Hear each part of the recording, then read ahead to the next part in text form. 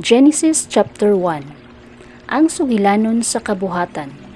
Sa pagsugod sa Dios pagbuhat sa kalibutan ug sa tanang butang sa kalangitan, ang kalibutan hawang ug walay hitsura. Ang kadagatan gitabunan sa kangitngit ug ang espiritu sa Dios naglihok ibabaw sa katubigan. Unya miingon ang Dios, mutungha ang kahayag, ug mitungha ang kahayag.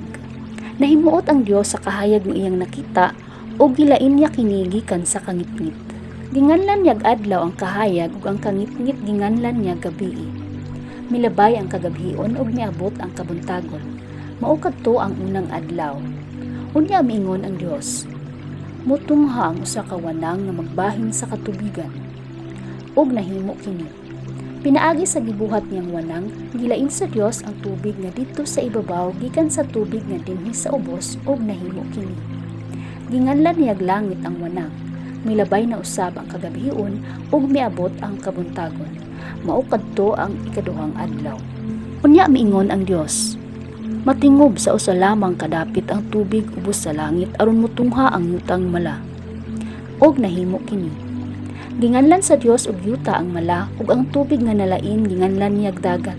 Nakita sa Dios nga maayo ang iyang gibuhat. Unya miingon siya, muturok sa yuta ang nagkananlaing mga tanong, kadtong may binhi ug kadtong mga kahoy nga mamunga. Ug nahimo kini. Busa miturok sa yuta ang tanang matang sa tanong. Nakita sa Dios nga maayo ang iyang gibuhat. Milabay na usab ang kagabhion ug miabot ang kabuntagon. Kadto mao ang ikatulong adlaw. Unyang miingon na usab ang Dios, mutungha ang mga iwag diha sa langit nga mao'y magbulag sa adlaw gikan sa gabii ug magpaila sa pagsugod sa mga adlaw ug sa mga tuig ug sa mahinungdanong mga panahon. Mudan-ag kini sila sa kalangitan aron paghatag og kahayag sa kalibutan. Ug nahimo kini. Busa gibuhat sa Dios ang duha ka dagkong iwag, ang adlaw nga mao'y maghatag sa kahayag sa panahon sa adlaw ug ang bulan sa panahon sa gabii. Gibuhat usab niya ang mga bituon.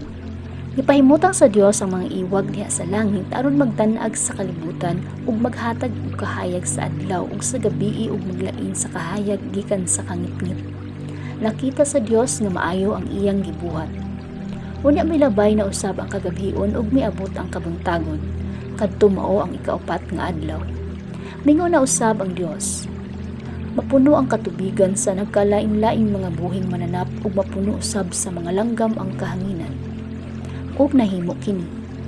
Busa gibuhat sa Dios ang mga dagkong mananap sa kadagatan ug ang tanang matang sa mananap sa katubigan ug ang tanang matang sa langgam.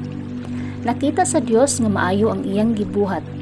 Unya gipanalanginan sa Dios ang mga mananap sa kadagatan ug giingnan, sanay kamo ug lukpan ninyo ang kadagatan.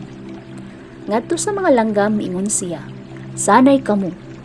Ug milabay ang kagabhion ug miabot ang kabuntagon. Kadto mao ang ikalimang adlaw.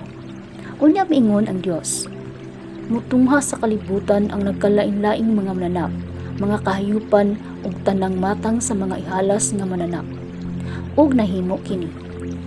Busa gibuhat niyang tanang matang sa mga kahayupan ug mga ihalas nga mananap. Nakita sa Dios nga maayo ang iyang gibuhat ug nalipay siya. Unya miingon na usab ang Dios, buhaton nato ang tawo sama sa atong dagway. Sila mao'y magbuot sa mga isda, sa mga langgam, sa mga kahayupan ug sa tanang ihalas nga mananap. Busa gibuhat sa Dios ang tawo, lalaki ug babaye sama sa iyang dagway. Ug ipanalanginan sila sa Dios nga nag-ingon, panganak kamog daghan ug lukpa ang kalibutan sa inyong mga liwat ug lumalaha ang kalibutan. Kamoy magbuot sa mga isda ug sa mga langgam ug sa tanang ihalas nga mananap. Unya miingon ang Dios, gihatag ko kaninyo ang tanang matang sa tanom nga may binhi ug ang tanang bunga sa kahoy aron inyong kanon. Gihatag ko usab sa tanang ihalas nga mananap ug sa kalangkaman ang mga tanom nga lunaw aron ilang kanon. Ug nahimo kini. Nakita sa Dios nga maayo gayud ang tanan nga iyang gibuhat ug nalipay kaayo siya. Milabay na usab ang kagabhion ug miabot ang kabuntagon. Ug kadto mao ang ikaunom nga adlaw.